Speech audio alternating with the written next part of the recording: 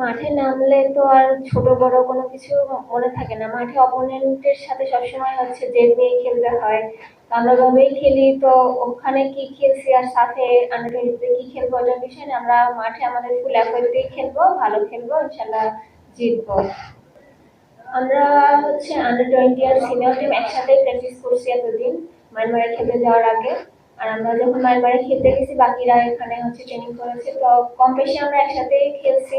তো আমাদের হচ্ছে কম্বিনেশন ভালোই। আর আমাদের লক্ষ্য থাকবে হচ্ছে প্রত্যেকটা ম্যাচই জেতার। নেপাল, ভুটান, শ্রীলঙ্কা যাদের সাথে হচ্ছে দুইবার করে খেলা হবে, আমরা চাইবো প্রত্যেকটা ম্যাচই উইন করতে, যেহেতু পয়েন্টে হচ্ছে যারা এগিয়ে থাকবে তারাই চ্যাম্পিয়ন। আমরা চেষ্টা করবো আমরা যেন এগিয়ে থাকতে পারি।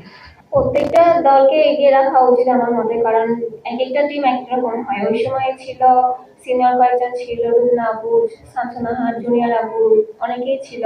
এবার যেহেতু আমরা কয়েকজন আছি, তারপরে জুনিয়ররা কয়েকজন আছে, তো সব টিমই ভালো।